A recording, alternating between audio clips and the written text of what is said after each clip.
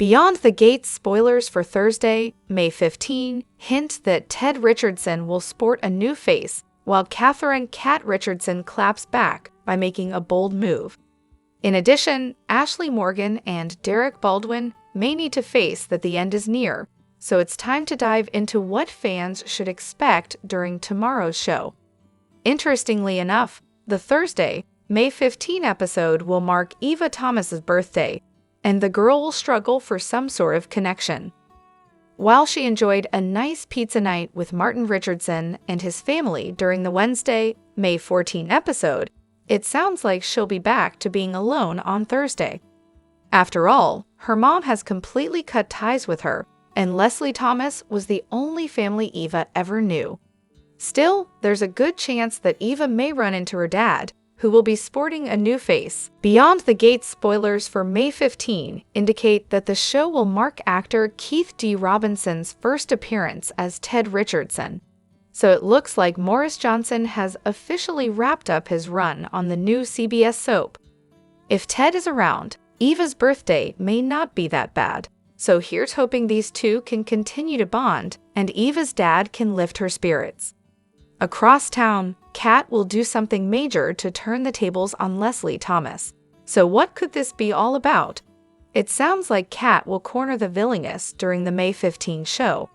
In fact, Kat will accuse Eva of being behind the collision that hospitalized the Richardson family's assistant, Laura Peterson, and Leslie won't deny it. Of course, fans know that Leslie ran the poor girl off the road, causing her car to crash. But could she fabricate evidence to make it seem as if Eva was the one who did this? Then again, as Eva is in both Leslie and Kat's bad books, could the two ladies team up to bring her down?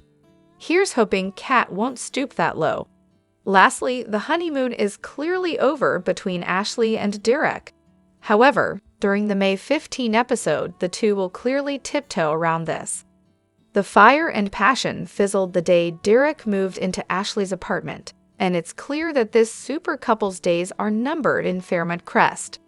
Beyond the Gates spoilers suggest that with Ashley on the cusp of being single, this could open a door for Andrew Richardson to move in. But would he be interested at this point? He's got his hands full with Danny Dupree. With that said, could a love triangle be on the horizon for this trio? Only time will tell. We open on Anita playing a love song on the piano. But what is she rehearsing for? A reunion with the Articulates, perhaps? Not so fast. As Anita tells Vernon, reuniting with the girls would be something. But it's highly unlikely considering the way she mistreated them when she went solo. Vernon hands Anita the phone, but she won't make the call. As it turns out, there is a limit to what she'll do for her husband. He hopes that a walk down memory lane will change Anita's tune, but she convinces him do so some singing of his own instead, and it's not great. After their painful duet, Vernon tells Anita that reuniting with her old bandmates might be healing for all three of them. She admits that she's afraid, but with Vernon by her side, she can do anything. This could be truly wonderful, or it could be a complete disaster, she says before placing a phone call to Sharon, who immediately hangs up on her. Ouch. Over at Bill's law firm, the mighty Mr. Hamilton is having more hand troubles, a fact he hides from Haley when she drops in for a one-on-one. She's irked that they never got a proper honeymoon, and since Bill is too busy with work to whisk her away, Haley decides to bring the honeymoon to him and his desk. But their late afternoon delight ends with Bill experiencing more hand tremors, which he manages to hide from his wife. Andrew checks in on Nicole to make sure all is good in the hood, but she doesn't exactly give him a warm welcome. She asks why he didn't tell her about Bill's affair sooner, at which point Danny busts into the room to defend her man. Explaining why her feelings changed, Nicole says it's complicated, but Danny makes her reevaluate the situation from a therapist's perspective, helping her to see that she might be going too hard on her nephew. "I'm just raw right now," Danny tells him through tears. "My heart is in pieces, and I don't know how to trust anyone." She acknowledges that Ted put him in a difficult position, but she understands why he didn't tell her. Speaking of things she'd like to be told, Nickel asks point blank what's going on between Dani and Andre, an accusation Dani immediately denies, adding, "The last thing I'm looking for is a relationship right now." Dani insists that she's happy being single, complete with no commitments, no compromises, and the ability to blast Beyoncé at all hours of the night. She also agrees to give Nickel some space, reminding her that she's just one phone call away. And apparently so is Andre, as Dani finds herself back in bed with him mere moments after leaving Nickel's place. Eva spots Kat at Orphagene's, taking the opportunity to pull up a chair and bond with her half-sister. Kat says Martin's notion about their twin-like connection is crazy, and while Eva doesn't bother putting up a fight, she does remind Kat, "We're still half-sisters and that's forever, but you do you, I guess." Then comes Martin with an offer Kat immediately refuses. What if they invite Eva for pizza night at Martin and Smitty's? It's a hard no from Kat, who storms out of the diner in a huff. But Martin thinks for himself, so he still invites Eva over for pizza, despite Kat's opposition. Little do they know, Eva isn't the only special guest coming over for pizza night. Samantha secretly calls Jessica, inviting Tyrell's new girlfriend over for a slice. Like Kat's mini-me, Samantha refuses to hide her disdain for Eva. "A warning would have helped," she says. She's the woman who went after Grandma. Martin calms everyone down by sitting them down for a special announcement. He was considering running for president, but now he's not. Some things matter more than ambition, he tells them. Some things, some people, deserve to be my priority. Samantha changes her tune when she finds out that Eva is working at one of DC's swankiest salons, leading to an impromptu makeover montage with Eva helping her try out some new looks, and the entire family is impressed. If only Kat knew what she was missing. Naomi's attempt at finding housing for June hits another snag when Jacob picks her up from the underpass, again.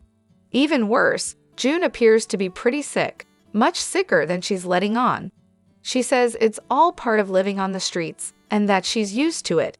But Jacob and Naomi are beginning to worry that she's burning up. And they're right to worry, as she begins to pass out right there at the table, prompting them to bring her to the hospital for treatment. On their way to hospital, Naomi sees a piece of paper that June dropped. Is it an old photo? A clue to figuring out who she really is, perhaps? Stay tuned. Beyond the Gates spoilers indicate that Kat Richardson and Eva Thomas were born 3 weeks apart. It has been mentioned several times. In addition, Kat was on to Eva for the beginning, and that she was up to no good. Nickel Richardson pointed out that Kat may have known because she and Eva are sisters and so close in age. Martin Richardson commented that it was almost like a twin thing. Is it possible that Kat and Eva are twins? And not only that, could Leslie not actually be Eva's mother? Did Leslie steal Eva from Nickel? As a result of her affair with Ted Richardson, Leslie did get pregnant. Leslie told Ted that she had a miscarriage, but this may have been after she was threatened by Bill Hamilton to abort the baby. Bill said that he would take the baby and sell it on the black market if Leslie did not terminate her pregnancy. Leslie wanted revenge after she lost the child she was carrying and vowed to make Ted pay. She learned that Nickel was also pregnant and made plans to steal the child and raise it as her own. Leslie loves to disguise herself and play different roles. She recently pretended to be a nurse at Garland Memorial Hospital. This may not have been the first time. During Nickel's pregnancy, Leslie was around waiting to make her move. She was posing as a nurse and closely moderating Nickel and the progress of her pregnancy. Leslie was most likely using a different name at the time and got some dirt on Nickel's obstetrician. Fearing the end of their career, the obstetrician agreed to do what Leslie said, even as unethical it was. Leslie could have informed the doctor that when Nickel gives birth, that he or she will tell Nickel that her baby was stillborn using this leverage. However, when the doctor informed Leslie that Nickel was having fraternal twin girls later on, the plan changed. Leslie decided to take one baby from Nicole to raise as her own, and she instructed the doctor not to tell Nicole that she was actually pregnant with twins. Leslie was lurking around waiting for Nicole to give birth, and the doctor gave Nicole a sedative during the birth so she would not remember anything. Nicole gave birth to her twin girls, and he gave Leslie one of them to take with her. This is when Leslie moved to Chicago. She had the doctor forge birth papers to say that the baby girl she stole was born 3 weeks later in order not to arouse any suspicion. This is how Leslie ended up with Eva. The way that Leslie has treated Eva is not the way a mother would treat their daughter. Leslie has been nothing but cold to Eva since she tried to stop Leslie's plan against Ted and Nicole. Leslie also lied to her child and told Eva that Ted never wanted her. The fact is that Ted never knew that Eva existed, and Eva felt betrayed by this. If Leslie were actually Eva's mother, her maternal instincts would kick in, and she would love her daughter no matter what. Leslie doesn't feel this way because she is not a mother, and roped Eva into this plan no matter who got hurt, including Eva. A mother would never want to see her child hurt, but Leslie does not seem to mind. This would explain why, and Nicole is actually Eva's true mother. What do you think? Are Kat and Eva fraternal twins? Do you think that Leslie stole Eva from Nicole? Is Nicole really Eva's mother? Keep watching Beyond the Gates, weekdays on CBS, to find out if this develops. The Beyond the Gates What to Watch moments for Thursday, May 15, show Kat seeking revenge. Her target is Leslie. Meanwhile, Eva wants a connection, and she's not the only one.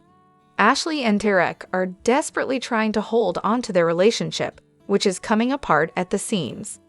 On Thursday's episode of BTG, Keith Robinson will make his debut as Dr. Ted Richardson. Ted will continue to find himself at the center of drama. Some of the people who are involved are looking for a second chance. Eva is one of those people. It's her birthday, and she's found herself more alone than ever. Will she seek out a new connection who will be there for her when she needs? So far, Eva has been rejected by her mother and most of Fairmont Crest. The only person who's been there for her is Ted. Eva isn't the only one who's craving a connection these days. Ashley and Derek have been blinded by their love bubble. It's not what it seems. Their relationship obviously has a lot of problems, most of which they refuse to see.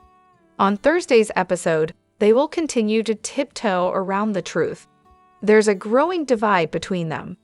Will Ashley and Derek finally realize that their relationship ended before it began? This might not come as a surprise to fans who can see that love is not enough to keep them together. Meanwhile, Kat is desperate to seek revenge on Leslie. She will turn the tables on Fairmont's biggest villain in a bold move that could finally bring her down. She's ready to go to war. Has Leslie finally met her match? And what will she do next? Leslie is the type of woman who's 10 steps ahead of everyone else. She might not have any idea of what Kat has planned. In the Wednesday, May 14 episode of Beyond the Gates, Dani engineered a makeup session between Nicole and Andre, before engineering a makeout session between her and Andre afterwards. To Kat's disgust, Martin invited Eva over to his house for a night of pizza and getting to know each other. Naomi and Jacob realized that June was seriously sick. Speaking of which, Bill's health issues continued to plague him, and Anita and Vernon talked about the potential Articulettes reunion. Anita and Vernon sat at the piano and had themselves a sing. Turned out Vernon isn't the greatest singer, unlike the rest of his family. But the husband and wife ultimately talked about Anita's fears over staging an Articulettes reunion. Apparently, we need to know how much of a diva Anita was back in the day. She said she cut the other girls loose, and she wasn't proud of her behavior. It isn't who she is now. But what was she like back then? We're going to need to see flashbacks. When Anita tried to call Sharon, presumably one of the Articulettes, the woman hung up on her. Ouch! So the 30-40th years that have passed since Anita went solo clearly aren't enough to get over what went down. Got it. This reunion needs to happen by hook or by crook. It'll give us more of a sense of who Anita was and how far she has come. Okay, it has been weeks since Bill started exhibiting these worrisome symptoms. He said he would book an appointment with his doctor. Has he yet? Or does he know and he isn't telling anyone? Because so far he's hiding his situation from Haley. Instead, the two had an impromptu honeymoon right there in the office. When will we discover what's wrong with him? And will overworking himself in the wake of Mike's departure hurt his health?